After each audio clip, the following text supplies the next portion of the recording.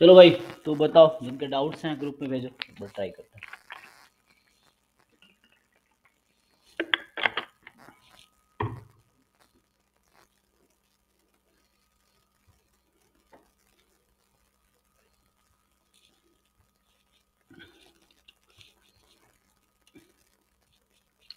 हाँ जी नेहा, आप लोग कुछ डाउट है?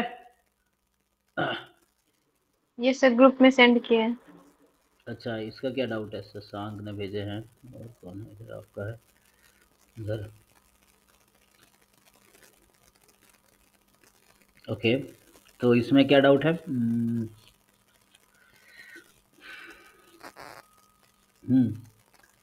30 नंबर क्वेश्चन में क्या डाउट है आपका?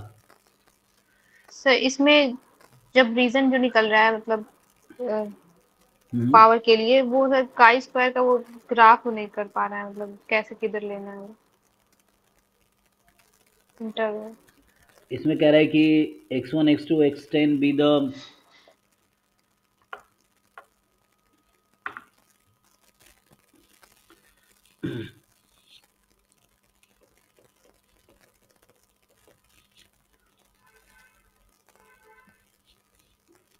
तो यहाँ क्या इतना 10 है ना?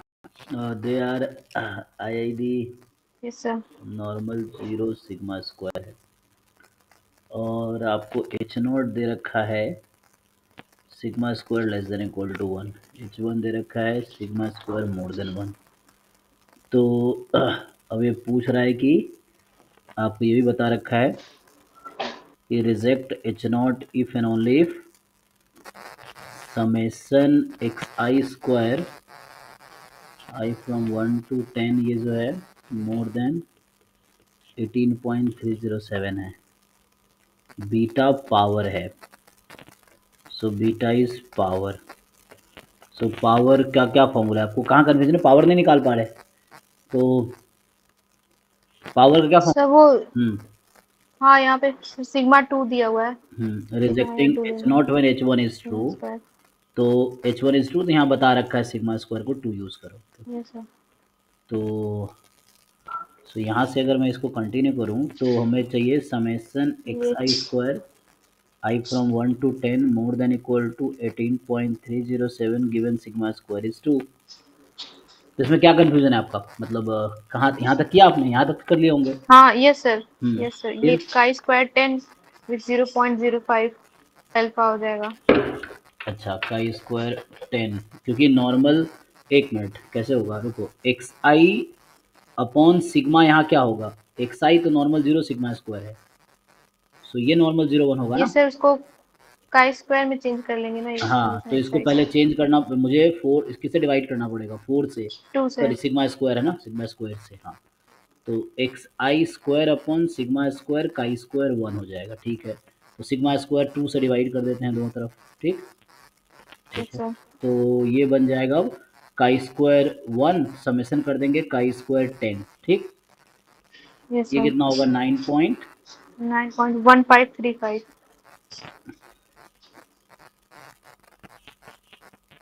तो 7 बाई यस टू। सर यहाँ तक कर लिया था। सर इसमें जो ये वैल्यूज दी हुई है इसको मतलब यूज नहीं कर पा रहे थे इसमें मतलब कैसे करना है। ठीक है, एक मिनट, इसको मैं से कर लूँगी। कितना है? 9.3 वैसे ही ना? तो यस सर 9.1535। पक्का ना? ठीक है, चलो। तो अब हाँ इसको यस सर। यूज़ कर लिया हमने। अब क्या डेटा यूज़ नहीं कर पा रहे हो आप? ये जो गिवन है। Yes sir. हाँ तो उससे मतलब पावर का इंटरवल कैसे डिसाइड करेंगे। हाँ, तो इसमें जो है,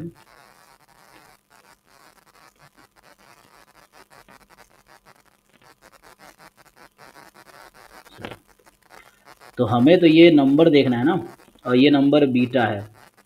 तो आप अगर काई स्क्वायर का वो देखो कि मान लो ये नंबर है मेरा काई स्क्वायर एन कॉमा के या एन कॉमा अल्फा। तो इसका क्या मतलब है? इधर अल्फा, इधर 1 - अल्फा, ये लेते हैं ना। Yes sir. तो आपको देखना है ये किसके इक्वल आएगा, है ना? तो उसके लिए आपको ये हम्म। देखना पड़ेगा कि ये 9.1535 इसमें है डेटा कहीं यूज। एक वैल्यू दी हुई है वो इसके अप्रॉक्स है का स्क्वायर 10.05 9.3418। 3418 क्यों दिया है? तो इसको वो कर लेते हैं, इंटरवल में ले आते हैं। 9 पॉइंट, इसके आगे एक तो 9.34 आ गया, इसके छोटा कोई वैल्यू है?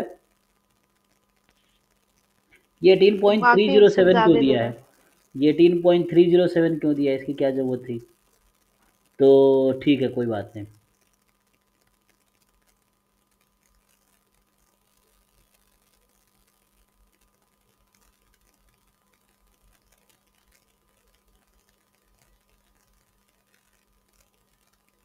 एक बार 9.31, चलो 9.31 को देखते हैं, इसके आसपास देखते हैं तो क्या आएगा।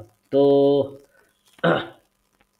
इसमें होगा क्या, इसने काई स्क्वायर 10, 0.5 दे रखा है, 9.3418।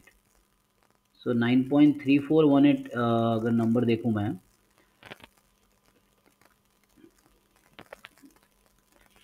आपका है 9.15, तो ये मान लो for example chi square n comma alpha है एग्जांपल के लिए, तो इसका आंसर क्या आएगा? अगर मैं बोलता हूँ chi square 10 more then chi square 10 comma alpha, तो ये किसके इक्वल होगा ये? पावर। नहीं नहीं, ये नंबर, ये नोटेशन पूछ रहा हूँ, नोटेशन में क्या होता है ये? पावर, वो तो पावर निकाल ही रहे, इक्वल टू व्हाट? नहीं नहीं, नोटेशन यहाँ देख के बताओ ना, ग्राफ देख के, कि इसके इक्वल टू क्या होगा? अल्फा होगा, 1 - अल्फा होगा, ये पूछना चाह रहा हूँ। अल्फा या 1 - अल्फा? अल्फा। इसका आएगी बेटे, अल्फा लेते हैं ना, अल्फा आ जाएगी, ठीक है। तो अब आपको क्या देखना है यहाँ पे, इसका अपर बाउंड लोअर बाउंड, तो ठीक है। तो यहाँ पे जैसे probability chi square 10 more then chi square 10, 0.05, ये किसके इक्वल है जो क्वेश्चन में दे रखा है? तो ये 0.05 होगा ना? Yes sir. हाँ। अच्छा। ठीक है। ऐसे इसका नोटेशन क्या है? इसने नोटेशन एक्सप्लेन किया है क्या? इसको ऊपर पहले एक्सप्लेन कर दिया होगा इनिशियली ही, क्वेश्चन के शुरू में ही, पहले पेपर के स्टार्टिंग में ही।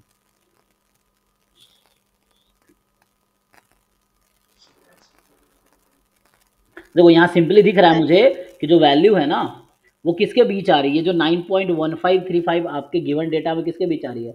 9.34 और 6.73, यही ना? Yes sir.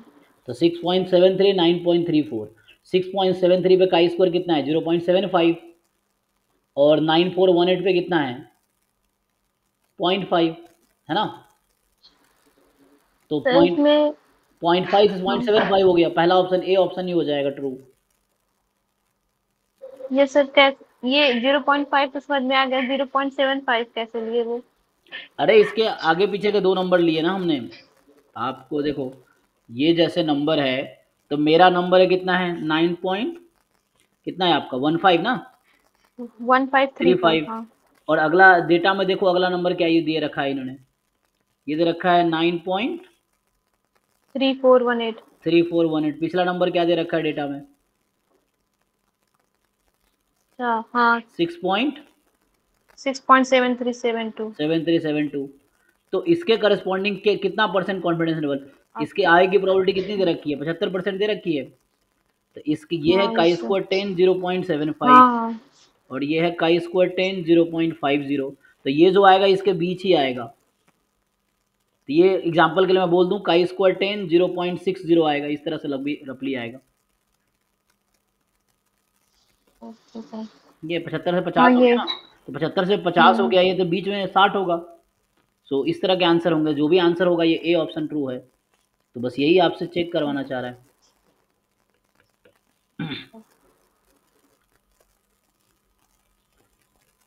सर ये तो एक इसके का आगे स्क्वायर पचास अल्फा जो परसेंट है, होती है। इसके आगे 50% है, इस नंबर के आगे, इस नंबर के आगे 75% है। तो जो बीच का नंबर आपके कितना परसेंट होगा इसके आगे की प्रोबेबिलिटी?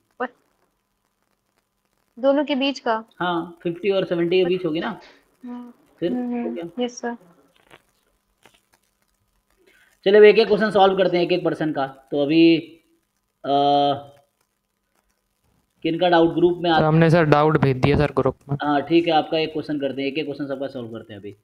तो शशांक के एक क्वेश्चन, फिर एक एक सेकेंड टर्न में सेकेंड लोगों की बारी आएगी। अरे इस तरह क्वेश्चन छोड़ भी सकते हो, लेकिन ठीक है ट्राई करना है, देख लो, क्योंकि उतना एडवांस में पहले छोड़ सकते हो तो फिर भी चलो ट्राई करके देख लेता हूँ।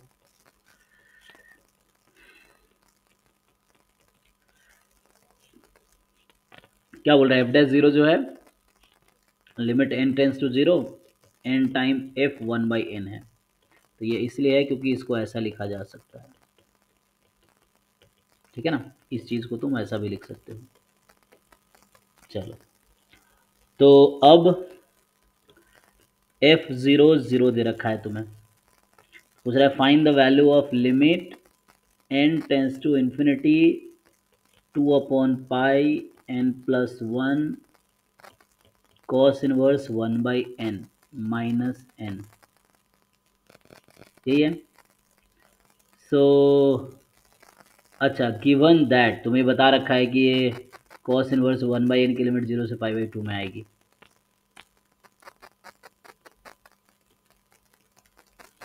ऐसे इस तरह पिछले क्वेश्चन तुम स्किप कर सकते हो, हमें जनरली हमारे एग्जाम में जो क्वेश्चंस आते हैं ना वो सुलझे हुए से रहते हैं, फिर भी तुम ट्राई करने में कोई नुकसान थोड़ी है। बट क्योंकि हमारा प्रिपरेशन जो जैम गेट का है तो JEE में थोड़े वो है ना, घुमा देता है। देखो इसमें क्या कर सकते हैं बताओ, तो इसमें बता रहा है तुम्हें कि f फंक्शन है ये है, और बता रखा है तुम्हें कि चलो cos इनवर्स 1/n की वैल्यू की लिमिट अगर लोगे n टेंस टू इन्फिनिटी पे,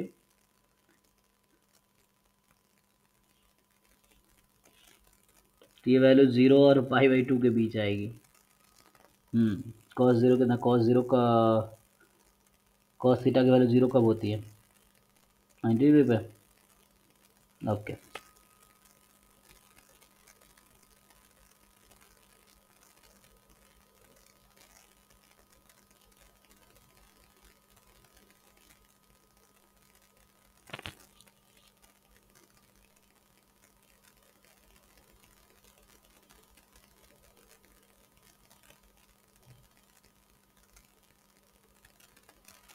थोड़े से इसमें दिमाग लगाओ कि क्या कर सकते हो, ये है। तो इस क्वेश्चन में जैसे लिमिट n टेंस में मैं n अगर बाहर कर लूँ तो ये बन जाएगा 2/π 1+1/n cos inverse 1/n minus 1, ठीक है जी। और इसको और ठीक से लिखूँ तो हो जाएगा limit n tends to infinity, देखो इसी चीज़ को लिख रहा हूँ मैं, limit n tends to infinity 2/π 1+1/n cos inverse 1/n minus 1/1/n plus 1 minus 1। तो ये -1 क्यों कर रहा हूँ, क्वेश्चन ये है ना। तो समहाउ मैं फिट करने की कोशिश कर रहा हूँ इस पे, या 1/n माइनस 0 रहने दो। देखो इसी ऊपर वाले फंक्शन को ऐसा लिख सकता हूँ ना मैं। अब तो मुझे ये बताओ कि ये जो वैल्यू है, अगर 1/n को मैं x रख दूँ, यहाँ भी तुम्हें मैं यही समझाना चाह रहा था कि अगर मैं 1/n को x रख दूँ तो ये क्या बनता है, ये f'0 तुम्हें क्या समझाना चाह रहा है, 1/n को मैं x रख देता हूँ तो x tends to 0 fx minus f0/x-0, ये तुम्हें पहले से ही पता है ना। Yes sir. तो लगाओ यहीं पे, यहाँ पे देखो ध्यान से। सो अगर मैं यहाँ भी 1/n को x रख दूँ तो ये क्या बनेगी, see carefully, limit x tends to 0 2/π 1+x cos inverse x minus 1/x-0। तो ये कहीं ना कहीं ये जो 1 है ये तुम्हारा fx है एक्चुअली। अब समझो इसको, limit x tends to 0 gx minus g0/x-0। तुम चाहो तो इसमें x को 0 रख के देख लो, बताओ क्या आंसर आएगा। इसमें x को 0 रख के बताओ क्या क्या वैल्यू बनेगी, क्या 1 नहीं बनेगी। So what I want to say, if you consider this as a gx, g0 will be this one. Convinced हो कि नहीं, देखो। हाँ सर, बनी बनी। तो हो तो क्या, ये किसके इक्वल है, ये G'0। g'0 निकाल पाओगे, gx तुम्हारा ये है 2/π 1+x cos inverse x। Differentiation करना आता है इसका प्रोडक्ट रूल से। हाँ सर, करते हैं। सो g' x निकाल लो, उसमें x को 0 रख दो, आ जाएगा। पहले प्रोडक्ट रूल से जी डैश एक्स निकाल लो, फिर उसमें एक्स को 0 रख दो, आंसर आ जाएगा। तो ये है। तो ये यहाँ हिंट ये दे सर रहा जो था। मॉड मॉड में दिया था सर ये 0 से पाई, सर इसका मतलब क्या यूज कोई होता है? रूल नहीं इसका, वो तुम्हें हिंट समझाना चाह रहा है। एक्चुअली क्या होता है ना कि कॉस इनवर्स 0 एग्जैक्टली 1 होता है ना, यस लेकिन सर। अगर कॉस इनवर्स तुम 1/n लिखते हो तो ये एक्चुअली अप्रोच करेगी 1 पे, ये कभी 1 के इक्वल नहीं आएगी। 1 उल्टा गलत बोल रहा हूँ, 1 नहीं, ध्यान दो। कॉस 0 कब होता है? कॉस थीटा की वैल्यू 0 किस एंगल पे होती है? cos थीटा की पाई। वैल्यू 0 पाई/2। हाँ वही बोल रहा हूँ, तो पाई/2 आएगी ना, ये कॉस पाई/2 0 होती है ना। तो 1/cos 1/n पाई/2 को अप्रोच करेगी, कभी पाई/2 को इक्वल नहीं आएगी एक्चुअली। समझ रहे हो ना? जैसे 1/n 0 को अप्रोच यस सर। करती है, 1/n कभी 0 हो ही नहीं सकती है। हम्म। तो यही बताना चाह रहा है कि जो कॉस इनवर्स जी। 1/n है वो पाई/2 से कम रहेगी, लेकिन पाई/2 के इक्वल कभी नहीं होगी। Okay sir. तो उसका ऐसा कोई यूज नहीं है इस क्वेश्चन में, ठीक है, हमने यूज नहीं किया। चलिए थर्ड पर्सन का देखते हैं अब, किनका डाउट है, एक एक पर्सन का एक एक क्वेश्चन करते हैं। हाँ जी यार का तुम्हारा नेक्स्ट क्वेश्चन देखो, ट्राई करके देखते हैं। सो है, ये कह रहा है आपका कि there exist a function f x satisfying f0 is 1, f dash 0 is -1, fx is positive for all x। so there, ये क्वेश्चन, ये पूरा क्वेश्चन इतना ही है कि there exist a function f x satisfying this, तो एफ एक्स पॉजिटिव हो and आगे क्या बोल रहा है, ऑप्शन चुनना है आगे मुझे अब। तो तुम सोचो कि फंक्शन इस तरह सर फंक्शन। सर ये तो सर e⁻⁻x लेने से हो जाएगा सर। अच्छा चलो चेक कर लेते हैं। सो एफ एक्स अगर ई की पावर -x लेंगे तो f0 1 हो जाएगी, सही बात है। एफ डैश एक्स, ठीक है, हाँ सही कह रहे हो आप। तो ये फंक्शन इस पे तो फिट बैठ रहा है ना। तो चलो तो डिस्कार्ड कर सर लेंगे। उसमें एक प्रॉब्लम था सर, मतलब दो डिस्कार्ड हो रहा था और एक डिस्कार्ड नहीं हो रहा था। अच्छा तो तो उसको यहाँ से देख ऐसे। लेंगे। तो मैं तो चूंकि अलग अप्रोच लगाता था, इन्होंने हिंट दिया तो इसके तरीके से देख लेते हैं। तो यहाँ से एफ डैश एक्स आपको पता ही है, ई की पावर -x होगा। So then they are saying क्या होगा, तो ये हमेशा नेगेटिव होगा। तो इसमें है कि नेगेटिव तो होगा, जैसे एक ये तो हमारे। सर क्वेश्चन में से डबल डैश देकर था तो गलत था क्वेश्चन। हाँ अच्छा, डैश था वहाँ पे, डबल डैश था। हाँ तो गलत था वो। बाद में मैंने मतलब प्रॉब्लम हो रहा था तो मैंने रियल PYQ में देखा तो अच्छा ठीक है, हाँ वो क्वेश्चन बुक में कई बार गलती से टाइप कर देते हैं या वो लोग गलती, हाँ।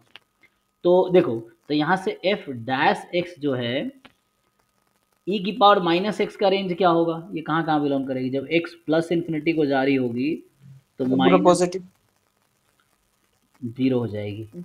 ई की पावर -x पॉजिटिव नंबर पे आएगा रेंज। अरे रुक जाओ तुम क्या कह रहे हो, मैं इसकी बात कर रहा हूँ, एफ डैश एक्स की बात कर रहा हूँ। एफ डैश एक्स का हिंट पूछा ना तुमसे क्वेश्चन में, हाँ तो एफ डैश की बात कर रहा हूँ। तो ये तो 0 से -इन्फिनिटी कुछ भी हो सकती है, एक्स इन्फिनिटी हो गई तो ये वैल्यू -इन्फिनिटी आ जाएगी। ओके, तो मतलब 0 से -इन्फिनिटी में कुछ भी हो सकती है। तो इसके हिसाब से ये समझ आया मुझे, तो बाकी सब आउट हो गया ना, बी सी डी आउट हो गया, यही बचा बस। सर, हम तो मतलब जब एग्जाम्पल से करते हैं तो तब हम क्या करते हैं कि जो गलत होगा उसको हम डिस्कार्ड करते हैं और जो हाँ ट्रू होगा वो हो भी सकता है। यस, तो नहीं यहाँ पे जो -2 से छोटा होगा वो तो हाँ हो भी सकता है। नहीं नहीं, लेकिन प्रॉब्लम ये है, देखो मैं ये कह रहा हूँ कि हमने कहा इसकी वैल्यू 0 से -इन्फिनिटी कुछ भी हो सकती है, तो वैल्यू -1 भी तो हो सकती, चलो छोड़ो, -1/2 भी तो हो सकती है वैल्यू, है ना। सर प्लीज एक बार रिपीट कीजिए, मेरा हाँ नेटवर्क हाँ, खराब मैं चल ये रहा कह है। रहा हूँ जो ये एफ डैश एक्स आपका है, ई की पावर -x माइनस ई की पावर -x, इसकी वैल्यू 0 से -इन्फिनिटी में होगी, है ना। तो -1/2 भी तो आ सकती है, हम्म। क्योंकि ये इंटरवल तुम लोगे यहाँ पे -इन्फिनिटी, यहाँ 0 है, तो ये वाली वैल्यू भी आ सकती है, इधर भी आ सकती है, इधर भी आ सकती है। तो डी श्योर नहीं है ना 100%, डी कह रहा -2 से कम होगी, बट ऐसा भी तो हो सकता है कि -2 और 0 के बीच में हो वैल्यू, ये भी तो पॉसिबिलिटी है। तो एक एग्जांपल है ना फिर गलत कहने के लिए। यहाँ क्या हुआ, बी सी डी तीनों आउट हो गया, इसलिए ए करेक्ट है एक्चुअली। दूसरा अप्रोच बता देता हूँ, देखो ओके, और सर सेकेंड अप्रोच जो सब्जेक्टिव अप्रोच है, ये 0 है, 0 पे फंक्शन की वैल्यू 1 है, चलो 0 पे वैल्यू 1 है,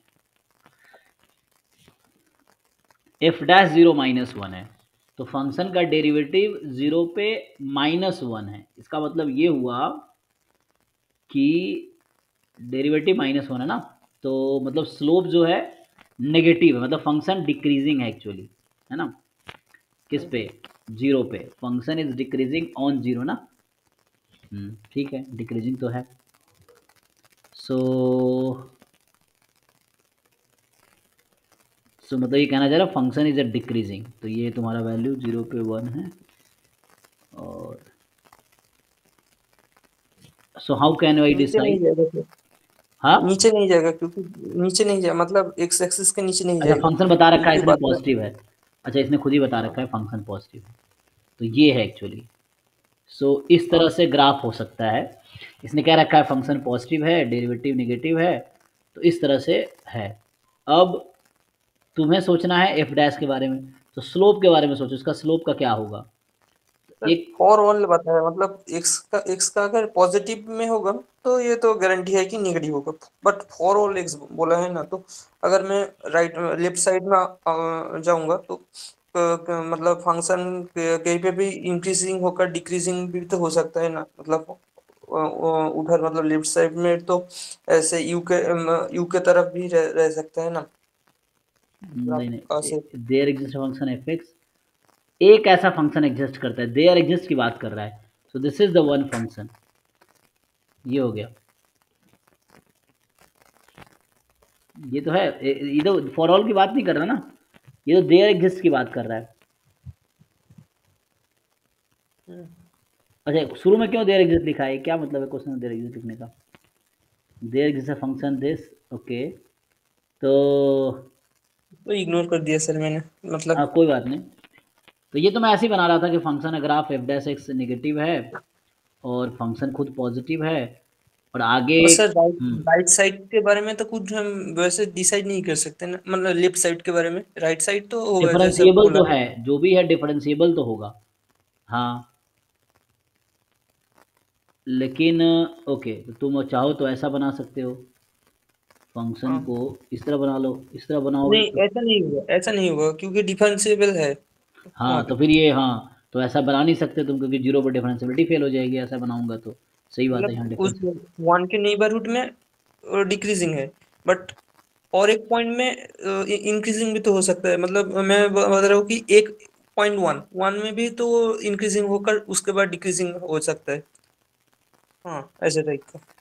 हाँ मान लो इस तरह से बना लेते हो कुछ फॉर एग्जाम्पल, तो उससे क्या होगा, उससे तो पूछ रहा है इसका वो क्या होगा, बट ऐसा मिलेगा ना कोई ऐसा एग्जाम्पल, अगर तुम्हें लगता है हो सकता है तो बनाओ, ऐसा कौन सा एग्जाम्पल है, बट ऐसा होगा नहीं, क्योंकि ये गारंटी दे रहा है वैसा नहीं होगा, जो भी फंक्शन होगा इस टाइप का ही होगा, तो ऐसा होगा नहीं एक्चुअली।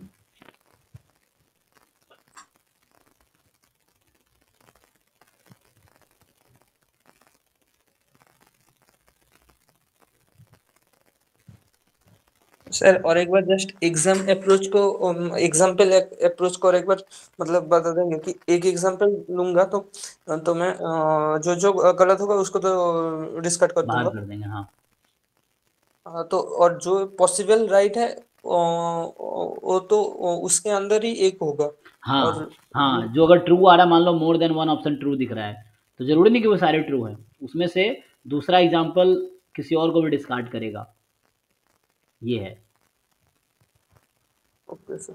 हम्म, तो पॉसिबल हो सकता है, फिर बाकी डिस्कार्ड करना है, अगर एक ही बचता है तो वो ट्रू ही होगा, क्योंकि 4 ही ऑप्शन है, तो इस तरह से। हाँ जी, चलिए नेक्स्ट क्वेश्चन, नेक्स्ट पर्सन का आते हैं। हाँ जी सयानी बताइए, इसमें क्या डाउट है।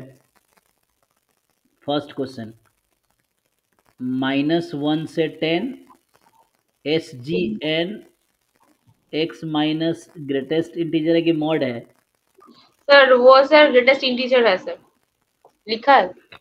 हाँ, मुझे ये बताओ एसजीएन क्या है ये?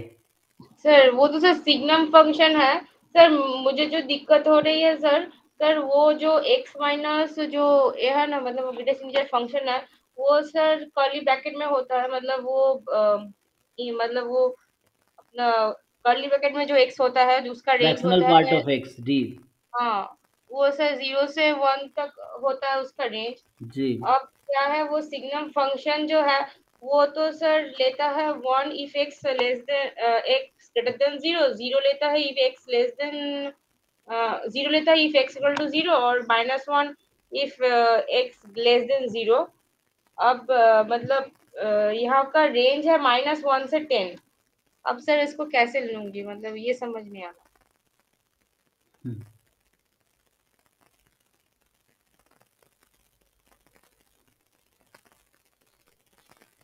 तो x का -1 से 10 है, तो हमें क्या प्रॉब्लम है? x -1 से 10 है, तो इसके लिए फ्रैक्शनल पार्ट का रेंज क्या होता है? इसके लिए सर फ्रैक्शनल पार्ट का रेंज 0 से 1 ही होगा। फिर तो ये 0 से 1 के बीच का नंबर है। हाँ 0 कब होगा? इंटीजर्स पे होगा, इंटीजर को हाँ इग्नोर करो।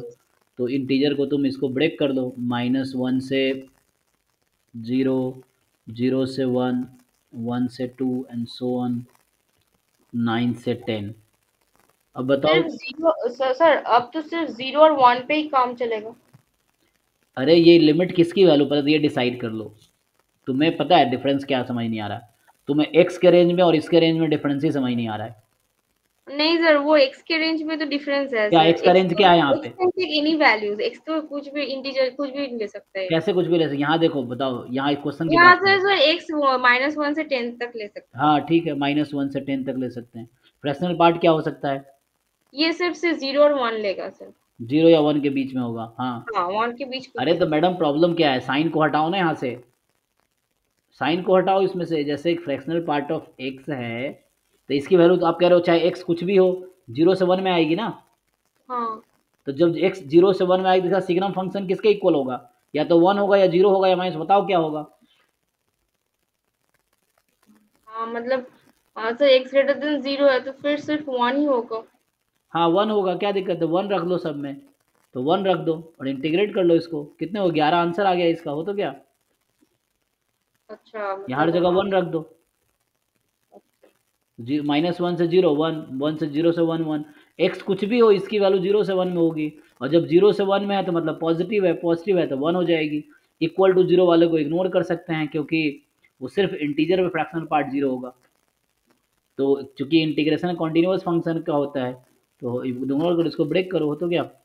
यू ब्रेक दिस फंक्शन, -1 से 0 1 dx, 0 से 1 1 dx, फिर ऐसे सो ऑन, लास्ट में 9 to 10 1 dx। पर वो -1 से 0 फिर 0 हो जाएगा ना।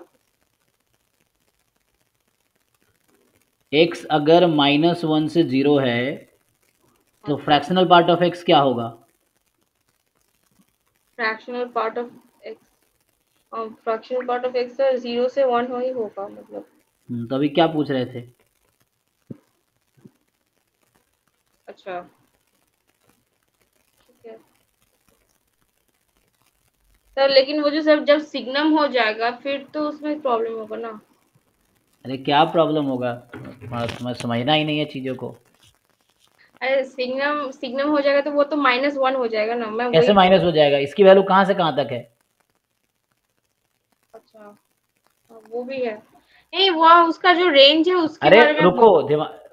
समझ, कुछ भी बक बक बोले जा रहे हो। सिग्नम फंक्शन किसका ले रहे हैं? एक्स का ले रहे हैं कि फ्रैक्शनल पार्ट का ले रहे हैं हम? हाँ तो नहीं, फ्रैक्शनल पार्ट का ले रहे हैं। तो नहीं यहाँ से सर, -1 कैसे आ जाएगा? मैं उसके रेंज के बारे में बोल रही हूँ, किसके उसका रेंज के बारे रेंज। में बोल रहे हो तुम? सर वो -1 से 0 तक जो रेंज है उसके ये बारे में किसका बोल रेंज रही है हूँ। ये? अच्छा वो तो एक्स का रेंज है। तो एक्स के रेंज से मुझे क्या मतलब है? सिग्नम किस पे लगा हुआ है? अच्छा अच्छा अच्छा ठीक है सर, समझ गई सर। शांत दिमाग से 2 मिनट सोचोगे, खुद ही कर लोगे, ये सब पूछने की जरूरत ही नहीं पड़ेगी। सिग्नम एक्स का है तो एक्स पे लगाओ, signum fractional part of x पे है तो फ्रैक्शनल पार्ट पे सिग्नम लगाओ, ये चीज़ है। तो हमें इसको थोड़ी देखना, हमें तो इसको देखना है अब। इससे मतलब ही नहीं, मुझे इससे मतलब है कि फ्रैक्शनल पार्ट कहाँ से कहाँ तक है।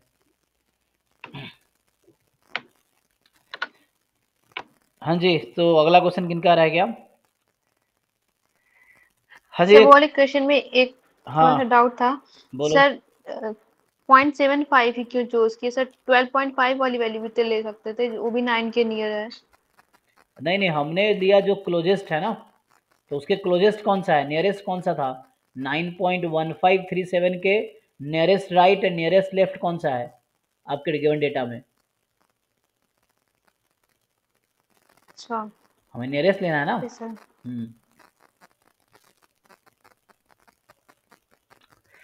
तो हाँ जी, एकता बताइए, तो इसमें क्या डाउट है?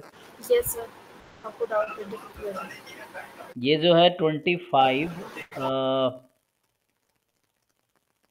y1 y2 independent chi square है, ठीक है, और z जो है √n है y1 minus y2 √y1 y2, तो इसका क्या डिस्ट्रीब्यूशन होगा? आई थिंक साहब प्रूफ उसमें होगा इससे ना, मतलब डायरेक्ट तो कोई रिजल्ट मुझे याद नहीं। मतलब ये पूछ रहे थे कि इसका ट्रांसफॉर्मेशन पूरा करना पड़ेगा या फिर? प्रूफ है हाँ जी, सियानी क्या कर रहे हो गुरु? हाँ सर, ये सर गुप्ता कपूर में इसका प्रूफ है सर। उससे ही बनाया हुआ है एक्चुअली। हाँ मतलब जिसने पेपर बनाया ना, वहाँ से कॉपी पेस्ट मार दिया है। तो डायरेक्ट थ्योरम तो पूरा मुझे, प्रूफ देखना पड़ेगा। हाँ डायरेक्ट थ्योरम तो मुझे भी याद नहीं है, तो ऐसे को डायरेक्ट थ्योरम बनाना मुश्किल होगा थोड़ा सा। बस वो गुप्ता कपूर वाले बुक में देखो सॉल्यूशन है इसका, तो उसी से करना पड़ेगा जैसे उसने कर रखे होंगे, क्योंकि शॉर्टकट तो क्वेश्चन भेजा है डायरेक्ट नहीं है। हाँ उसका एक पार्ट तो हो गया, यू का डिस्ट्रीब्यूशन निकल गया है, वी का नहीं निकल रहा है। हाँ, जैसे वी में क्या ये कोशिश कर रहा है कि summation I from 1 to n, so you is like X bar. तो मैं तो इसमें क्वेश्चन ट्रिक से सॉल्व कर देता हूँ।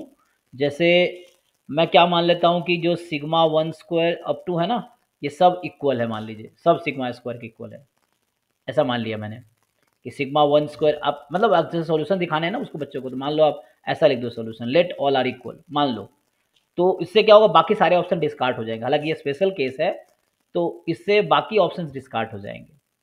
तो जैसे इससे आप बाकी ऑप्शंस देखोगे, तो जब भी ऐसा हो गया तो u एक्चुअली आप देखोगे ध्यान से, तो u क्या बन जाएगा, x बार बन जाएगा, क्योंकि सिग्मा आई स्क्वायर की जगह सिग्मा स्क्वायर रख दो, तो सिग्मा स्क्वायर क्या डिनोमीटर n हो गया, तो समेशन एक्स आई अपॉन एन एक्स बार बन गया। और v जो है, तो आप यही सॉल्यूशन लिख दो, सिग्मा 1 दिस, देन अगर मैं ऐसा मान लेता हूँ तो उस केस में मेरा जो क्वेश्चन है वो रिड्यूस होकर ये आ जाता है, u एक्स बार हो गया और v आपका ये बन गया X I minus X bar upon sigma whole square, जिसको हम लोग बोलते हैं n minus one S square upon sigma square. हाँ ये बोल सकते हो, यस यस। हाँ हाँ हाँ, तो ये हो गया। तो यहाँ से आपको u मिल गया इस केस में, चूंकि ये क्या था, नॉर्मल म्यू सिग्मा स्क्वायर था ना, तो हमें पता है कि normal mu sigma square by n हो जाता है, और v जो है वो काई स्क्वायर n माइनस 1 हो जाएगा ना। हाँ तो इससे क्या हो गया, जनरल सॉल्व कर रही थी।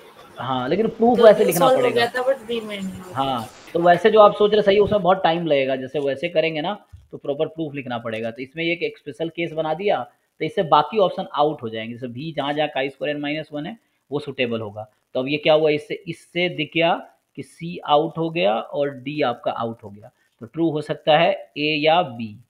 अब ए बी में आपको यू को देख लेना है, तो अब वही करना है हमें ए बी के साथ, कि सारे सिग्मा को इक्वल कर दिया मैंने, तो ऑप्शन में भी यही रख देंगे हम। तो ऑप्शन में यही रख देंगे तो एक ही के साथ मैच करेगा, किसके साथ करेगा, ए के साथ ही शायद करेगा। हाँ म्यू इसी में है ना, अच्छा म्यू ही हटा, ए बी में हटा देगा। दूसरे वाले म्यू 0 दे रखा है, यहाँ तो म्यू बस यहीं पे है, तो ये बी को आउट करके ए सही है। हाँ तो हर सिग्मा स्क्वायर को इक्वल कर देते हैं, तो वो हो जाएगा।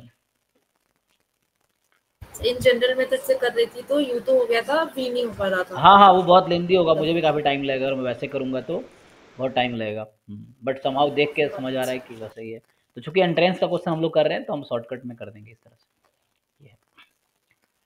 ठीक है। सर एक और चीज पूछनी थी, जो स्टैंडर्ड रिजल्ट्स होते हैं जैसे एफ का बीटा से रिलेशन वगैरह, तो उसके लिए प्रूफ लिख के दिखाना है या नहीं फिर नहीं, सिर्फ लिख सकते हैं? स्टेटमेंट सीधा आप लिखो, रिजल्ट यूजिंग द रिजल्ट, या एक थ्योरम नाम का स्टेटमेंट लिख दो कि थ्योरम दिस है ना, using above theorem we do this. So using, जितने शॉर्टकट में लिख सकते हो सॉल्यूशन उतने शॉर्टकट, डिटेल लिखने की जरूरत नहीं है। तो आप जब भी कोई रिजल्ट यूज कर रहे हो, रिजल्ट का स्टेटमेंट खाली लिख दो, प्रूफ नहीं करना है उसको, स्टेटमेंट लिख दो खाली, ये ठीक है। चलिए अगले क्वेश्चन पे आते हैं। तो किनका रह गया? शशांक आपका रह गया। तो चलो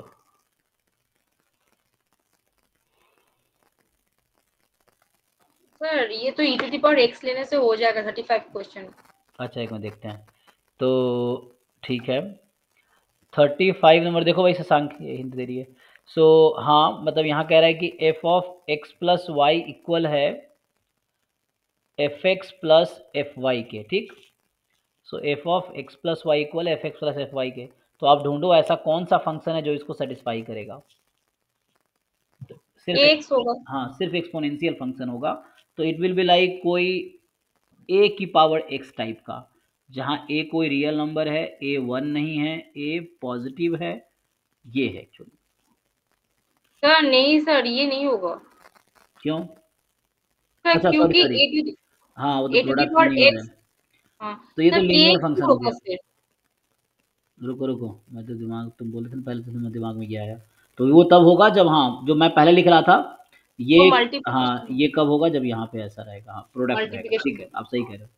तो यहाँ से ये जो प्रोडक्ट रहेगा तब ऐसा होगा, अदरवाइज सम हो सिर्फ जाएगा। kx हो सकता है। हाँ हाँ, लीनियर फंक्शन है ना ये, तो लीनियर ट्रांसफॉर्मेशन का डेफिनेशन होता है ये। सो फंक्शन यहाँ पे लीनियर होने चाहिए।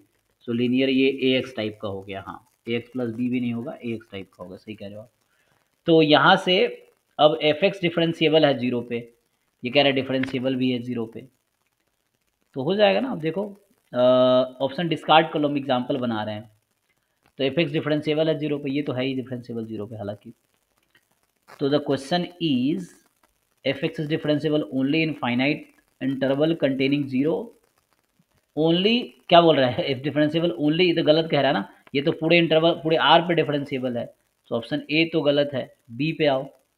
F x is continuous for all x, ये ट्रू हो सकता है, एग्जाम्पल कभी गारंटी नहीं देगा, ट्रू हो सकता है ये। F dash x is constant for all x, ये भी ट्रू हो सकता है क्योंकि हमने ऐसा एग्जाम्पल लिया है कि वैसा हो जाएगा। और कह रहा है कि F x is differentiable accept eight finitely many point, तो ये गलत कह रहा है क्योंकि ये तो हर पॉइंट पे डिफरेंशिएबल है। तो देखो अब इसके लिए सुटेबल ऑप्शन बी और सी है, तो यानी बी सी दोनों करेक्ट हो गया। अब आपको इनमें से भी एलिमिनेट करना पड़ेगा कि कौन सा एलिमिनेट किया जा सकता है। तो बी कह रहा है कॉन्टिन्यूस हर एक्स पे, सी कह रहा है कि एफ डैश एक्स कॉन्स्टेंट ही होना चाहिए। तो आप सोचें तो इसका कोई जनरल आइडिया नहीं है सर सॉल्व करने का, मतलब एग्जाम्पल लेके ही अपन को डिस्कार्ड करना पड़ेगा? एंट्रेंस का यही अप्रोच ठीक है, क्योंकि जनरल से करोगे तो it is like a doing a proof, and proof is like किसी थ्योरम का प्रूफ करना, वैसे हो जाएगा। और तुम देखते हो बुक्स में थ्योरम के प्रूफ कितने लंबे लंबे होते हैं और समझ भी नहीं आते हैं जनरली, तो वैसा हो जाएगा, समझ रहे हो ना।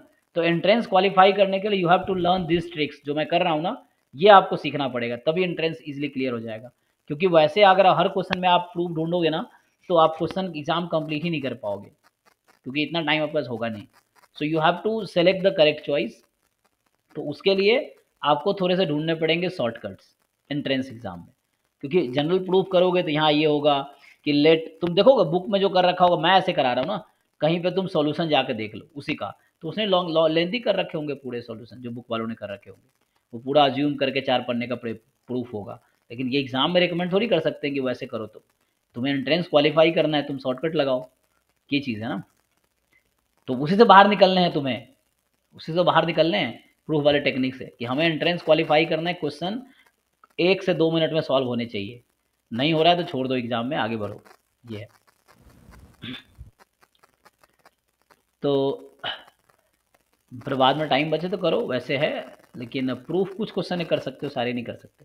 तो यही है, आप देखो इसमें क्या, किसको मैं डिस्कार्ड करूं, अब बीसी में से किसको बाहर कर सकता हूं मैं। अब मुझे कोई ऐसा फंक्शन सजेस्ट करो जो इसको सेटिस्फाई तो कर रहा हो, बट डिफरेंशिएबल ना हो।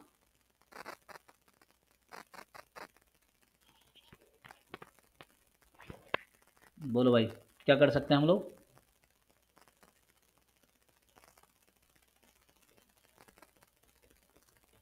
अब मैं ऐसा करता हूँ, देखो सर जी कांस्टेंट फंक्शन लेने से हो सकता है क्या? कांस्टेंट फंक्शन लेंगे तो तभी दोनों ऑप्शन ट्रू हो जाएगा ना। मान लो ऐसा फंक्शन ले लिया मैंने एग्जांपल के लिए, तो सर लीनियर फंक्शन पे ही लग रहा सर वो, हाँ सर और लीनियर कोई ही तो फंक्शन। होगा, लेकिन कांस्टेंट कॉन्टिन्यूअस और कांस्टेंट को कैसे हटाओगे? फॉर अच्छा ये तो यहाँ पे एक्चुअली प्रॉब्लम ये होगी कि मैं तो इसको कॉन्टिन्यूअस तो है ना ये, डेरिवेटिव क्या होगा इसका? तो देखो ये एक एग्जांपल बनाया, क्या ये सुटेबल एग्जांपल है? पहले तो सोच लो ये चीज़ है कि एफ एक्स मैंने ये लिया, तो जब पॉजिटिव एक्स के लिए सेटिस्फाई करेगा, ये नेगेटिव एक्स के लिए सेटिस्फाई करेगा, कोई दिक्कत नहीं है, ठीक है।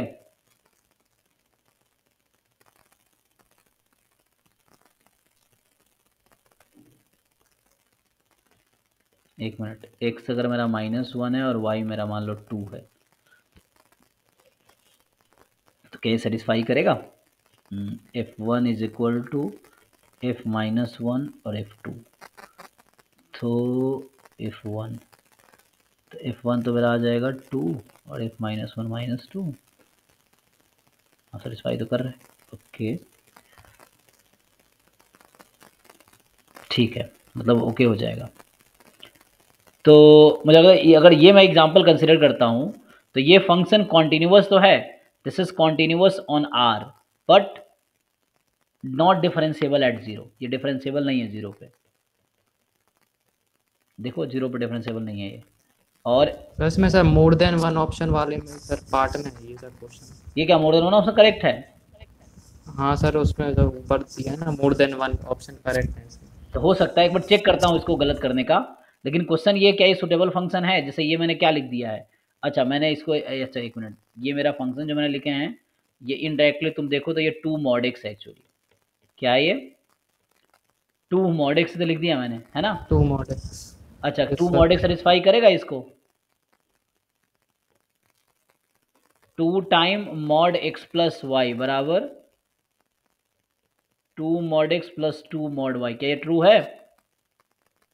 नहीं, तो ये भी सेटिस्फाई नहीं करेगा एग्जाम से, है ना? ये तो नहीं होता ना, ऐसा थोड़ी होता है, नो सर।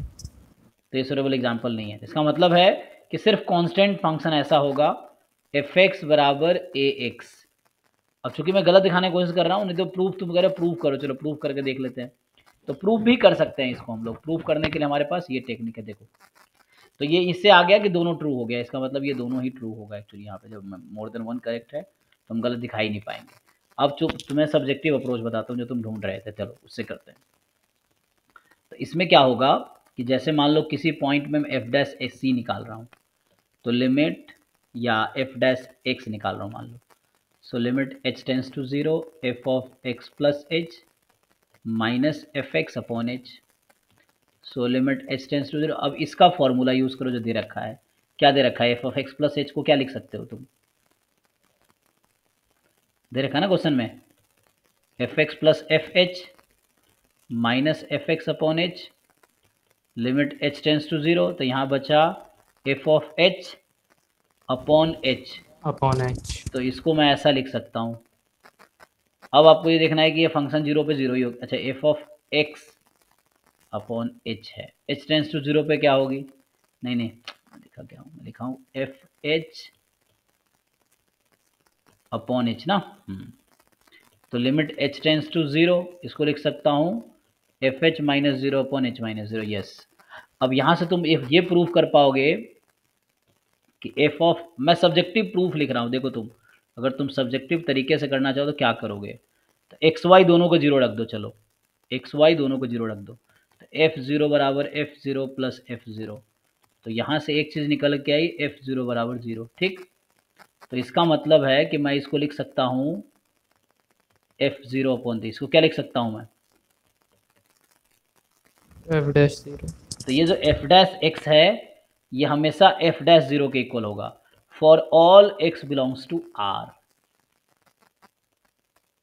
चाहे तुम किसी भी पॉइंट पे डेरिवेटिव निकालो, अगर एफ डैश 10 भी निकालूंगा ना तो भी वो एफ डैश 0 ही होगा, और एफ डैश 0 क्या है, एक कांस्टेंट है।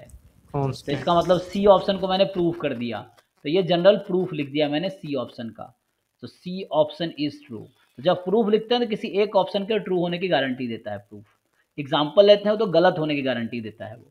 तो हमने यहाँ से प्रूफ लिख दिया कि सी ट्रू है, और चूंकि ये डिफरेंशिएबल फंक्शन है हर पॉइंट पे, तो कॉन्टिन्यूस तो होना ही है ना, every differentiable function is continuous. तो अगर ये डिफरेंशिएबल है तो कॉन्टिन्यूस भी है, तो हो गया, तो सी ट्रू है तो बी भी ट्रू हो गया, तो बस सी और बी दोनों हो गया, ये प्रूफ हो गया, ये सब्जेक्टिव अप्रोच हुआ। ठीक है, तो ये सब्जेक्टिव अप्रोच है, ये ऑब्जेक्टिव अप्रोच है, इस तरीके से। इसने कहा ना एफ डैश 0 वेरीफाई करके देखते हैं, तो हमने एफ एक्स को क्या लिया, वहाँ पे ए एक्स लिया है, तुम यहाँ एफ डैश एक्स निकालोगे तो ए आएगा, और एफ डैश 0 निकालोगे वो भी ए आएगा। तो यहाँ से देखो ये वेरीफाई हो रहा है कि एफ डैश एक्स हमेशा एफ डैश 0 ही आएगा हमेशा, और ये यहाँ प्रूफ किया हमने वो चीज़। तो इस तरह तुम्हें सोचना, सब्जेक्टिव के लिए इस तरह जाना पड़ेगा तुम्हें, तो उसके लिए बहुत ज़्यादा प्रैक्टिस चाहिए, कर तो सकते हो तुम, बट तुम्हें प्रैक्टिस चाहिए। कि जैसे अब मैं कैसे कर पा रहा हूँ, मैंने ऑब्जेक्टिव तरीके से भी कर दिया, उसी को मैंने ऑब्जेक्टिव तरीके से ट्राई किया, उससे भी हो गया। So the thing is practice, जितने क्वेश्चन प्रैक्टिस करोगे आपके अंदर आइडिया आएंगे उस तरीके से। अब मान लो कोई बच्चा जैम का एग्जाम दे रहा है तो ये तरीका लगाएगा, यही क्वेश्चन ISI में आ गया, मान लो सब्जेक्टिव वाले पेपर में ISI में, तो तुम्हें ये सोल्यूशन लिखना पड़ेगा इस तरीके से।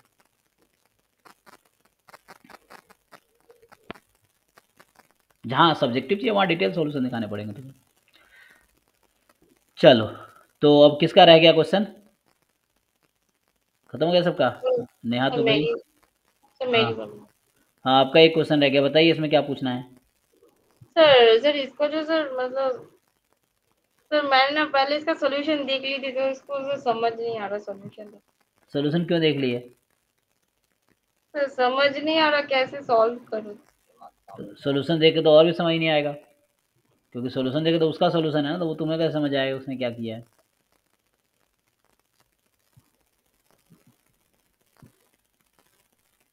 The value of x satisfy की क्वेश्चन दे रखी है सर, ये जो है जो थर्ड ब्रैकेट और उसका इंटीग्रेशन सर ये। अरे तो इस तरह क्वेश्चन क्यों करते, छोड़ क्यों नहीं देते तुम, जब सर आपको नहीं सर ऐसे टाइप क्वेश्चन तो सर मतलब PDF वाले क्वेश्चन तो आते रहते हैं मतलब। तो पहले ट्राई करो ना, अपने हिसाब से कोशिश करो, गलतियां करो। अब क्वेश्चन पढ़ के ही सॉल्यूशन देख लोगे तो सीखोगे कैसे।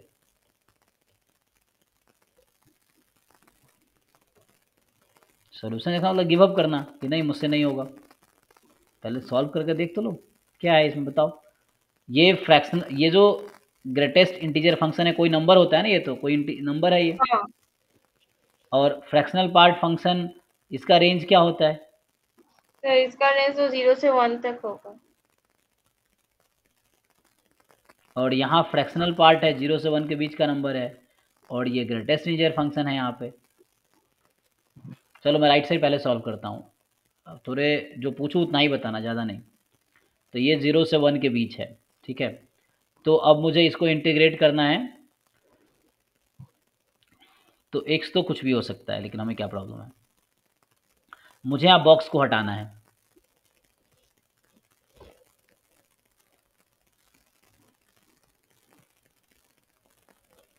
तो मुझे यहाँ पे बॉक्स को हटाने हैं। बॉक्स कैसे हटेगा? सर बॉक्स को सर हम x का इंटीजर मतलब x का इंटीजर +14 लिख सकते हैं उसको।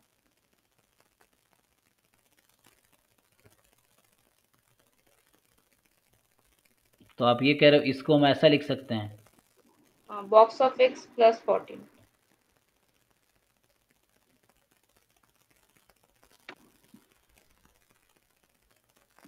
ठीक है। उसके बाद बॉक्स को हटाओ, फिर कैसे हटेगा? फिर वो बॉक्स को कैसे हटाना है? एक इंटीग्रल इक्वेशन टाइप का आ गया, ये इंटीग्रल भी है इसमें फ्रैक्शन भी है। तो क्वेश्चन ये पूछा है कि चूंकि ऑप्शंस मुझे दे रखा है ना, तो मैं तो ऑप्शन से भी जा सकता हूँ। अब जैसे मान लो ऑप्शन में क्या क्या है, पहला ऑप्शन क्या है, -14 -13। हाँ दूसरा ऑप्शन क्या है, तो इस बीच का एक नंबर बताओ मुझे, -14 -13 के बीच का एक नंबर बताओ। क्या हो सकता है? -12 हो सकता है। अरे दिमाग वमाग यूज करो, इसलिए बोलता हूँ सोच के बोलो। मैं बोल रहा हूँ -14 और -13 के ओ बीच का अच्छा, नंबर हाँ, बताओ। -13.5 हो सकता है। ये सोच के बोलो ना। अब रखो इसमें, चेक करो सेटिस्फाई कर रहा है क्या, LHS या ऑब्जेक्टिव अप्रोच बता रहा हूँ मैं। अच्छा, ऑब्जेक्टिव अप्रोच में क्या है, लेफ्ट साइड निकालो और राइट साइड निकालो, बताओ क्या आंसर आएगा। तो यहाँ से अगर मैं ये नंबर लेकर ट्राई करूँ, सो बताओ क्या होगा इसमें, फिर बैठेगा। x/2 यहाँ आ गया माइनस, ऐसे एग्जाम्पल ले करो, समझ आया ना कहा क्या कहना चाह रहा हूँ। ये हाँ सर, एग्जाम्पल हो, समझ गए LHS सर। निकालो RHS निकालो, इक्वल आ गया तो ट्रू हो जाएगा। दूसरा ऑप्शन में क्या बोला हुआ है, 0 से 1, तो यहाँ x को 1/2 ले लो, 0.5। LHS निकालो और RHS निकालो, देखो क्या आता है, ठीक है कोशिश सर। करो निकालो। यहाँ पे पुट करना बस वैल्यू, ये तो फंक्शन है इंटीग्रेट होगा, तो ये बस यहाँ पुट करना है और इंटीग्रेट करना है उसको। फिर ऐसे ही तीसरा ऑप्शन जो है, जो जो इंटरवल है क्या है वो 15 -13 से -14, तो यहाँ x लेना -14.5, तो उससे ही आंसर आ जाए। बाकी सिंगल करेक्ट है तो डिस्कार्ड हो जाएगा। ठीक है, हो गया ना खत्म। नहीं सर, और एक क्वेश्चन है सर। सर इस टाइप के क्वेश्चन सॉल्व नहीं कर पा रही हूँ, मतलब थोड़ा सा देखिए। अरे तो सॉल्व नहीं कर पा, सीखो ना, उसमें क्या है। सर इधर सॉल्यूशन देखिए करवा सर। के थोड़ी सीखोगे, मैं तो तुम्हें यही कहता हूँ हर बार, किसी का सॉल्यूशन देख के, किसी से सॉल्यूशन करवा के थोड़ी, वो तो तुम्हें पहले खुद ट्राई करने हैं तब जाके सीखोगे। सर इस टाइप के क्वेश्चन नहीं आता सर, इसीलिए तो आपको पूछ रही हूँ। अरे तुम पैदा हुए, तुम्हें सब कुछ थोड़ी आता था, अभी तक जो आ रहा है वो कैसे आया है। सीख सीख के आना, सीख सीख के सीखो ना, क्या दिक्कत है। कौन सा क्वेश्चन है, 15 नंबर। हाँ सर, 15 नंबर वाला क्वेश्चन। द थिंग इज, तुम सीखना नहीं चाहते हो। अगर चाहोगे तो खुद से ट्राई करके, जो बच्चा मान लो, जो बच्चा टॉप रैंकर ला रहा है, वो कौन बच्चा है, वो खुद से सीख रहा है ना, वो सब कुछ टीचर थोड़ी पढ़ा रहा है उसको। वही चीज़ है, तो वो एटीट्यूड का फर्क है, तुम्हें खुद सीखना ही नहीं है। अब मॉड हटाओ, मॉड कैसे हटाते हैं। सर ये मॉड तो सर -2 से अरे 0 होगा। रुक जा तुम, -2 से 2 में है, तो ग्रेटेस्ट इंटीजर फंक्शन की क्या क्या वैल्यू आएगी। अच्छा, ग्रेटेस्ट इंटीजर फंक्शन का वैल्यू -2 आ सकता है, -1 0 0 1 2 आ सकता है। 1 2 कैसे आ जाएगा, तो ये हो गया वैल्यू। इसका मॉड लेंगे तो क्या होगा। अच्छा, इसका मॉड लेंगे तो, अच्छा इसका मॉड लेंगे तो सिर्फ 0 1 2 आएगा। ठीक है, अब तुम ये सोचो कि ये पॉजिटिव कब है, नेगेटिव कब है, मतलब इसके बारे में सोचना है। सो ग्रेटेस्ट इंटीजर फंक्शन कब कब पॉजिटिव आ रही है आंसर, एक्स की किस वैल्यू के लिए पॉजिटिव आंसर आई है। चलो मोर देन इक्वल टू 0 लगा लो, कोई बात नहीं। अच्छा,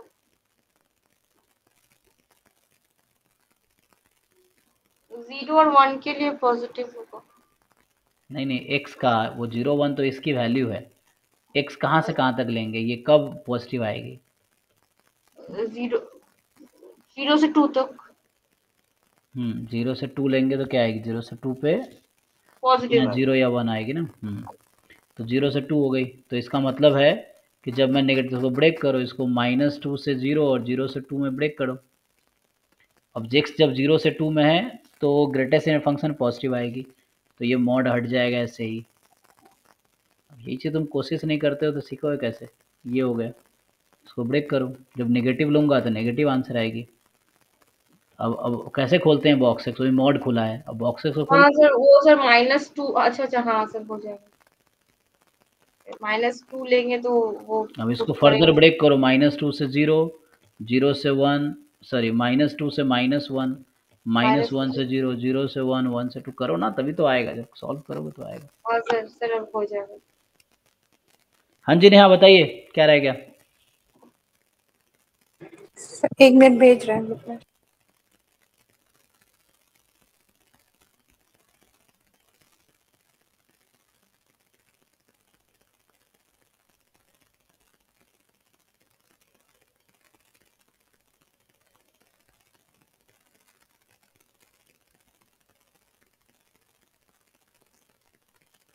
यस सर सेंड किया।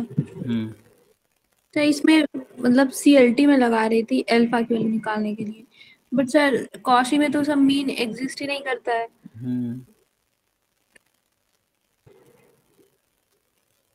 तो मेन किसका एग्जिस्ट नहीं करता है? पूरे आर पे ना, यहाँ तो सपोर्ट फिक्स कर दिया इसने, यहाँ तो मीन एग्जिस्ट करेगा ना। आपका जो दिक्कत क्या है, आप लोग आप EX सोच रहे हो, EX थोड़ी है ये, आप सोचो ना GX क्या है यहाँ पे। यही तो ऑर्डिनरी थिंकिंग में थोड़ा सा आपको एक्स्ट्राऑर्डिनरी सोचना है क्वेश्चन में क्या है। जैसे आपको पता है कि एग्जिस्ट नहीं करता, आप मान लिए, तो यहाँ GX इज नॉट X ना, GX X के इक्वल थोड़ी है हमेशा। अगर ऐसा होता GX is equal to X for all X belongs to R, तब जाके मीन इसका एग्जिस्ट नहीं करेगा। यहाँ तो कुछ और है, तो एग्जिस्ट काहे नहीं करेगा। सो एक्चुअली में X, हाँ बोलो। ओके सर, तो वेरिएंस भी फिर इसी रेंज में ऐसे निकालेंगे GX का, है ना? हाँ जी, कैसे निकालते हैं? E ऑफ GX निकालना है, कैसे निकालेंगे? सो यहाँ X जब -1000 से +1000 है, हाँ, तो फिर GX इंटू FX DX, और बाकी ये में तो 0 हो एग्जिस्ट जाएगा। ही नहीं करेगा। अरे अब यही तो समझा रहे थे, तुम सब कहाँ खोए रहते हो, दिमाग वाग तो है हाँ नहीं। Sir, okay okay, got it. वैसे तुक्का लगा देते हो, एग्जिस्ट नहीं करेगा बिना चेक किए। कब एग्जिस्ट नहीं करेगा?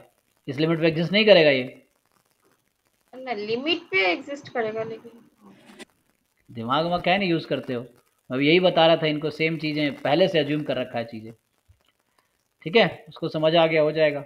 ई ऑफ वेरिएंस ऑफ GX निकालना है, GX का स्क्वायर निकाल लेंगे, कर लेंगे। ठीक है जी, ऐसी फाइंड कीजिए, एग्जिस्ट करेगा ये फाइनाइट नंबर आएगा कोई। सर वो सेंट्रल लिमिट थ्योरम से हो जाएगा ना? जी जी जी, पहले मीन निकालो और वेरिएंस निकालो। अच्छा, हाँ जी, नहीं हाँ, मीन वेरिएंस आ जाएगा कि नहीं? उनका नेटवर्क प्रॉब्लम मुझे लग रहा है, वो आ रही है जा रही है। ठीक है, हाँ सर हो जाएगा। चलो यहीं स्टॉप करते हैं आज की class. Thank you, good night.